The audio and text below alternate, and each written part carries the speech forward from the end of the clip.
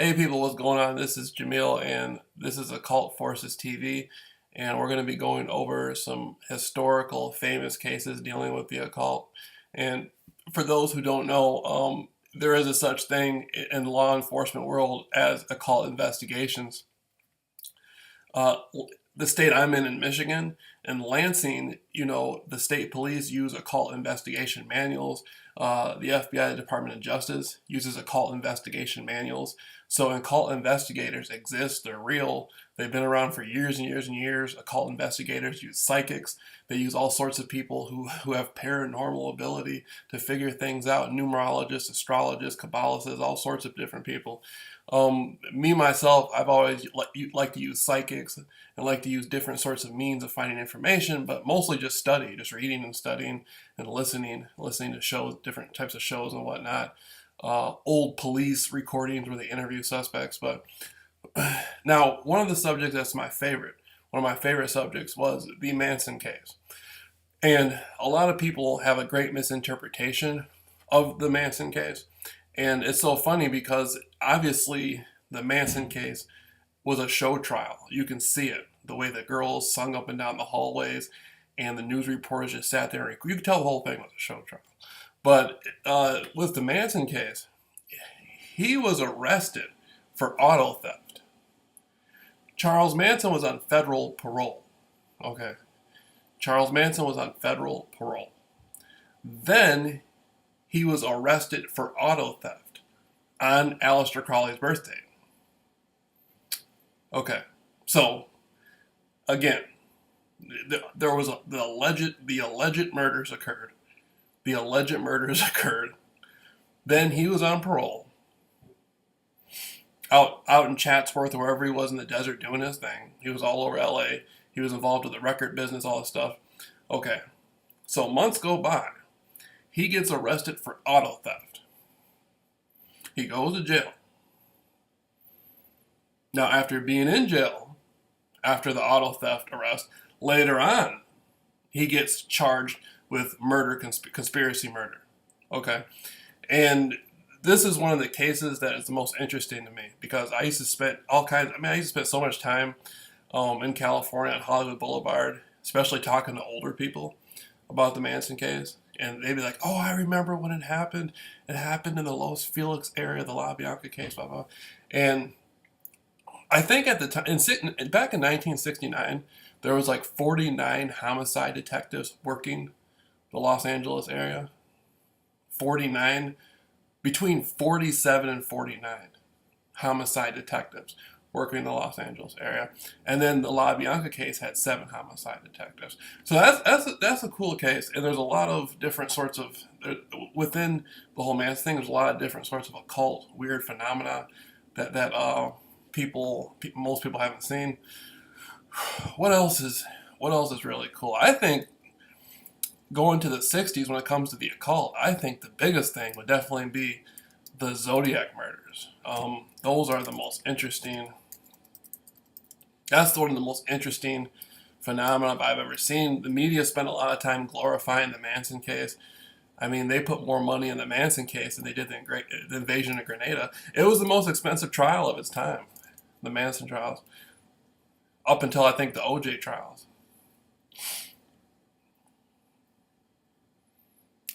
But the Zodiac was very interesting as a case because the Zodiac and the Manson murder phenomena and the Zodiac thing, what was very closely connected in the sense that even Bill Nelson, former member of the Secret Service, was making connections between the Zodiac and the Manson case.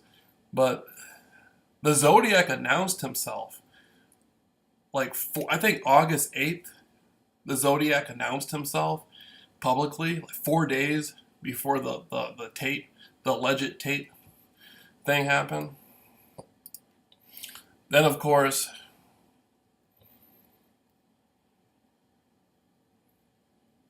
there's that whole thing. There's that whole show called "The Monsters Have Duped Us Again," where it's showing how Sharon Tate never died, and there was no record of Patty Tate and Sharon Patty Tate could be. That's crazy. Like that the monsters have duped us again.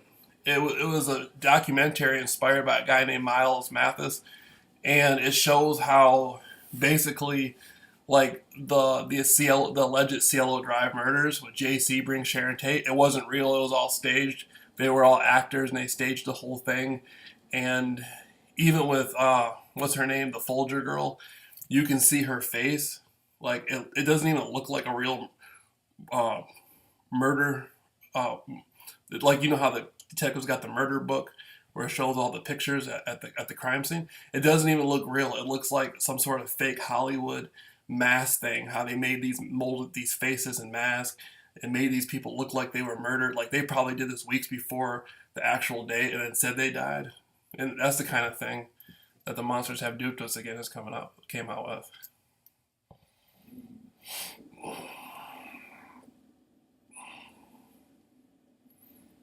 And then of course Stephen Parent died at the scene. How many people died at the Sharon? Stephen Parent, Abigail Folger, Jay Sebring, Sharon Tate, and Wojtek Frykowski, right? Then you have Shorty Shea. Then with the LaBianca case, there's two individuals who allegedly, but I don't know. I'm not really sure what happened, but it's interesting. It's a big occult phenomenon.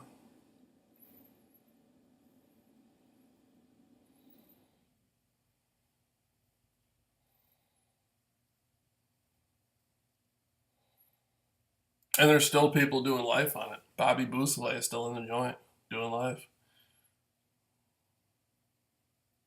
Allegedly, he's in the joint. I don't know. Okay, occult phenomena.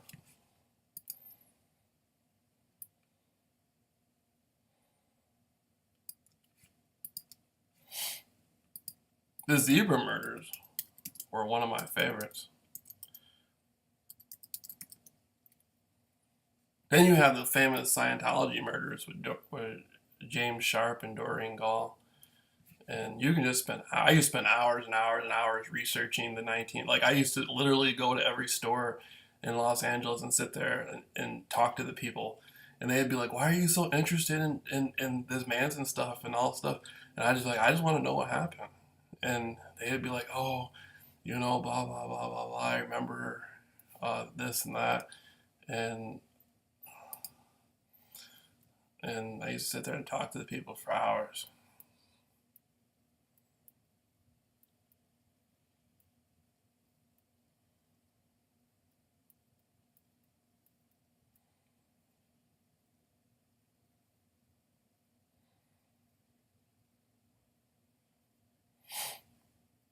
And this is occult. This is occult TV on Cult Forces TV on the Jamil Rawls Show, and we're gonna get into.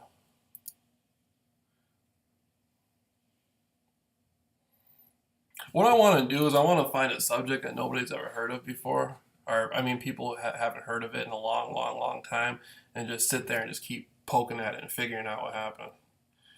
Find a girl that was we'll find some girl that was kidnapped in 1965. 1965 kidnapping, and just sit there and poke at it till we figure out who did it or where it was or what happened.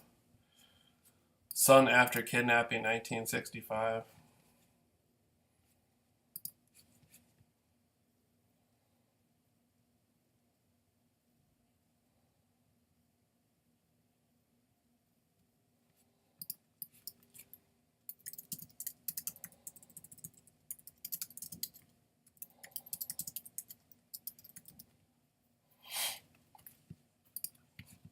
One of the funniest things with the Manson case is the one of the guns allegedly used, the 22 caliber allegedly used. Supposedly it was Ronald Reagan's gun because Ronald Reagan was an actor, and Ronald Reagan was at Spawn Ranch doing westerns, and he left autographed 22 there, and supposedly the Manson gang was using the 22 to commit robberies, and so during that interview Manson did with Ronald Reagan Jr. He said, "Ronnie, old crime partner, blah, blah, blah." He was joking around. I don't know if Ronald Reagan Jr. understood what he was saying, but he was talking about old crime partner as in the president, former president Ronald Reagan's 22. They were using the president's 22 to do robberies and stuff like that. There's a lot of interesting stuff.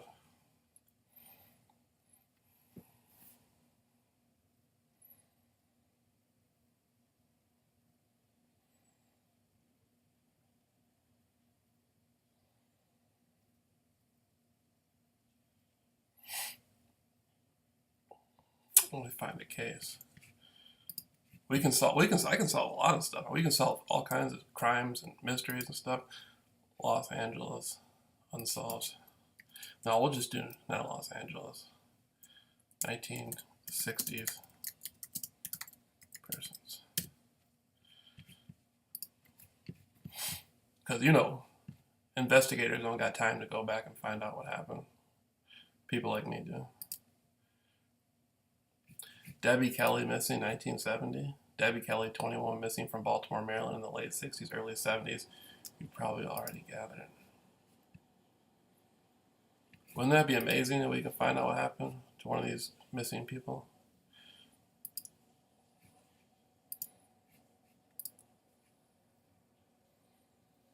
Dozens of them.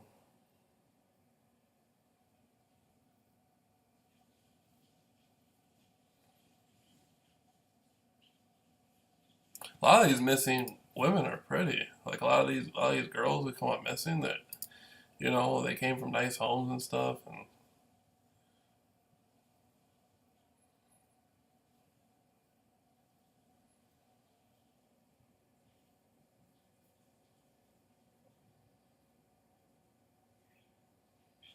a lot of serial killers get blamed for murders they didn't commit. Like Henry Lee, like Henry Lee Lucas. Henry Lee Lucas was confessing to murders. There's no way he could have did it. The timeline doesn't add up. Like he would be in Florida committing a murder, but a day before that he committed a murder in Kansas or something like that. And it doesn't. You'd be surprised how many killers are on the loose.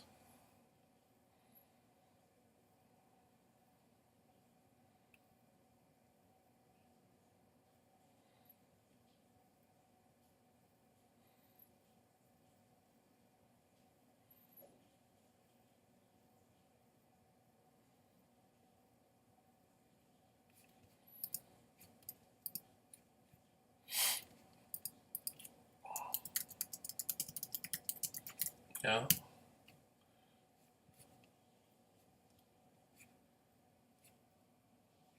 That's crazy how Bobby Boosley. I might even write Bobby Boosley. If it's gonna get to him. That's crazy though how Bobby Boosley is doing live over the murder of Gary Hinman.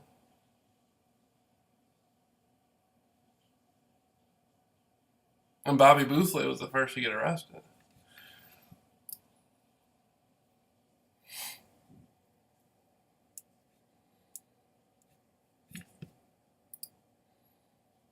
And then the whole thing about Manson being they put a false persona on Manson because they said Manson. I've actually talked to people who were locked up with Manson. There was an older guy known as Batman Birdman Davis, and he was one of the original Crips from Los Angeles. And Birdman Davis, he's like an old school Crip, like barefoot. Like these are all like old Crips and stuff. And Birdman Davis, he was an old Crip, but he was saying he talked to Manson. He was saying he didn't feel that. He was saying he really didn't feel that Charles Manson was racist. Obviously Charles Manson was pro his own race, but he said he didn't feel like he was racist. They painted like a real ugly image on that dude. Not saying he didn't do, I'm sure he did enough of his own bad deeds anyway.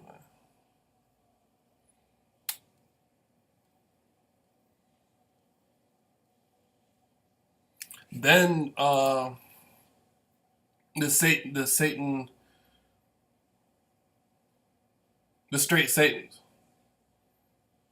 The Straight Satans was a motorcycle gang from Venice Beach.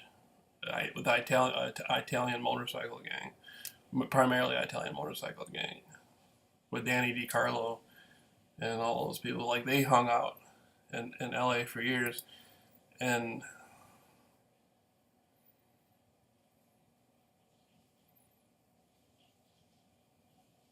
I think they got a better story. I think the Straight Satans with Danny DiCarlo and them. I think they got a much better story. What may have happened or not happened. Who knows? I don't know. I wasn't there.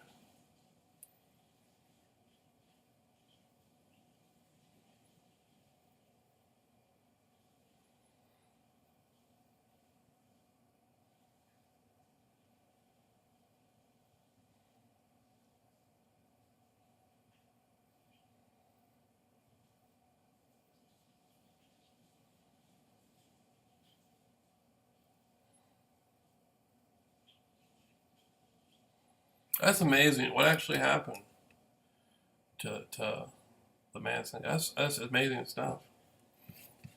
And this is Occult Forces TV on the Jamil Rawls show. I mean, not the Jamil Rawls show, but this is Occult Forces, just Occult Forces TV.